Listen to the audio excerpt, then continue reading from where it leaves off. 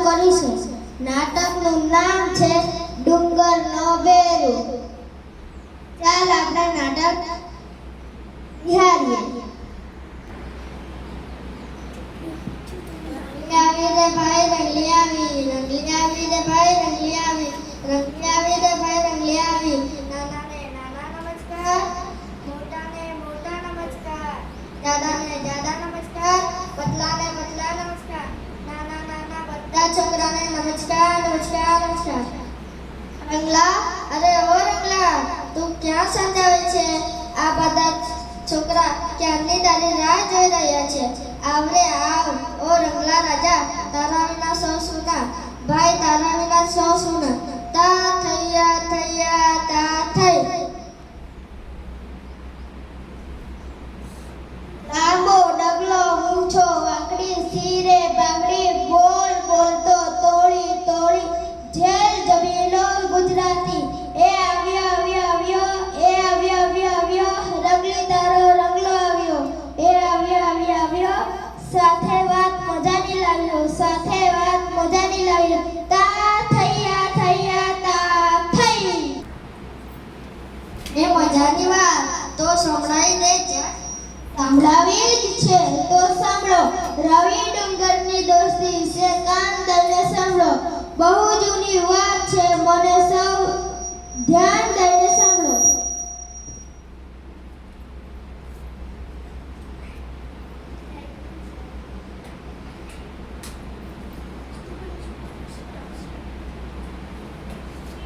Stop stop stop. Rangla, વર્ષો પહેલાની જૂની વાત તને બરાબર યાદ છે કે તું ભૂલી ગયો? હે, તું કહે તે રવિને જ બોલાવું. એ આવો આવો આવો, રવિને વખરી ડુંગર દેવ પણ આવો. આવો આવો, તમારી સાથે આખી મંડળી લાવો. તા થૈયા થૈયા તા થઈ. જલ્દી જલ્દી પહોંચો ને કરો ડુંગર સાથે ગશ. મળ્યા વગર ન ચાલે, એમની એવી અમારી દોસ્તી. બે બે ચાલો ઝટ. બે બે ફટફટ. કેમ છો હાલા ઝટભાઈ? કેમ છો હાલા પાન? કેમ છો ઉડતા પતંગિયા મંકોડાની જાન? બે બે કેમ છો ઝાડજી? બે બે કુવા તલના. બે બે કેમ છો પાડીના નાચતા કૂદકા તલના? દોસ્ત માટે લાવ્યો છું એવો આજે તુચકો, પેટ પકડી હસી પડશે નથી જરાય. આવરે મારા ભાઈબંધ, ચાલ કરીએ ગેર ગબાટા. આ બકરીઓ ભલે ને કરતી અમ્યા તેર સપાટા. વાહ, રવિ ચાલતા ચાલતા વાંસળી વગાડે છે ત્યારે વાંસળીના સુરથી વૃષણ ડોલી ઉઠ્યા. જો ને રવિ, વાર્તા અને ટૂચકા કહે છે. ત્યારે રવિની ચપળ ચપળ સાંભળી ડુંગર કેવો ખડખડાટ હસે છે. પેટ પકડી રવિ પણ કેવો દાંત કાઢે છે. ઓહો, તેણે ફરી વાંસળી વગાડવાની શરૂ કરી. ચાલ તો આપણે હવે કરીએ. તા થૈયા થૈયા તા થઈ. તા થૈયા થૈયા તા થઈ. ભાઈ રહું, જો સાંજ પડી ગઈ, ચાલ હવે ઘરે જઈએ. એ હા, બેરું અવાજે આપણે કાલ ફરી મળીએ. કાક જોડે રાહ જોઈશ, તું આવી જાજે વહેલો. મારે જે કોઈ દોસ્ત છે ને એમાં તું છે પહેલો.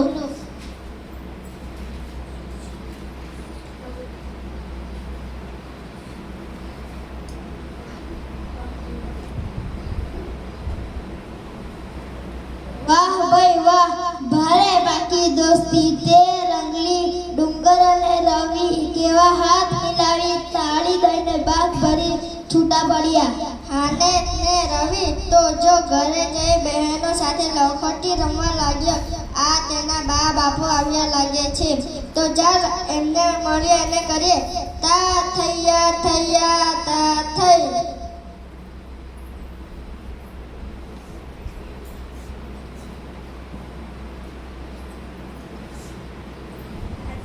આદેશ છે. મંદિર ડુંગર પર બંધાશે, પશુઓ લઈને ડુંગર દેવ પર કઈથી નથી જવાશે.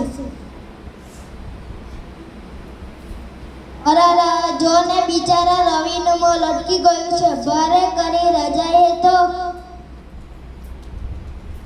હવે કેવી રીતે આપણે કરીએ શકીએ? તા થઈ પછી શું થયું રંગલા? પછી શું? બીજા દિવસે રવિ એકલો ડુંગર પર ગયો.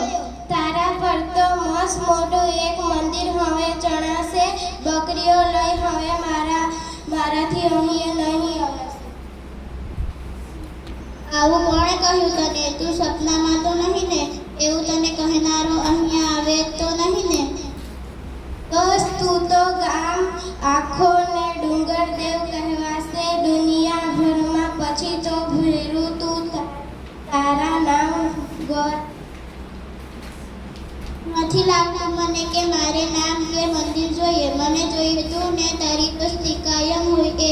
તું ને બકરી આવો ત્યારે જીવતો હું એમ લાગે, નહીંતર મારે જાત મને પથ્થરનો ઢગલો લાગે. અરરા બિચારો ડુંગર તો રડી પડ્યો. મને રડવું આવે છે. રવિએ તેના આંસુ સાફ કરે એ સારું કર્યું. ડુંગર તો જા ને એને વાત ભરી જ લીધી. રવિ વાસણે વગાડશે તો ડુંગરને સારું લાગશે. તે રંગલા હવે આગળ શું થશે? પછી તો મોટા મોટા મચ્છી લાવ્યા, પથ્થરો તોડી રસ્તા અને મંદિર બંધાવા લાગ્યા.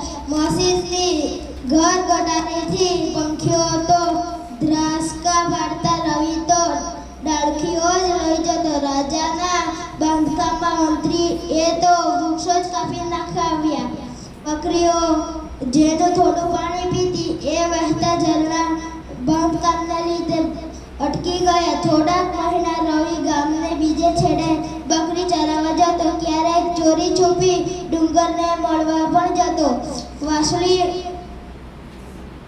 સંભળાવતો. આખરે દિવસનું ઉદ્ઘાટન નજીક આવ્યું.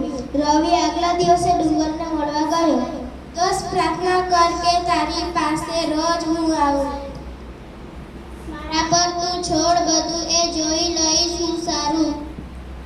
આ જોને રંગલી, આવતીકાલે મંદિરનું ઉદ્ઘાટન હોય એમ લાગે છે. બધા જ ગામ લોકો આમ રાતના વખત પણ ફૂલહારથી મંદિરની આસપાસનો ડુંગર બધું શણગારી રહ્યા છે.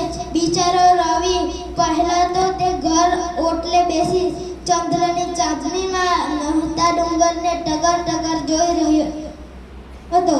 આજે તેના બાંધકામની રોશની આગળ ચંદ્ર ફીકો લાગતો હશે. હે ને? તું આવું કહે છે ત્યારે મને રડવું આવે છે. સાચું કહું છું. રવિ તેમની દોસ્તીના જૂના દિવસો યાદ કરતો હશે. જો સવાર થઈ આપણો રવિ તો બકરી લઈ ચરવવા નીકળ્યો. પણ તો ફરી અત્યારે કોઈ લગન વગર નથી. બધા નવા કપડાં પહેરી બનીની મંદિર તરફ ગાતા ગાતા જઈ રહ્યા હતા.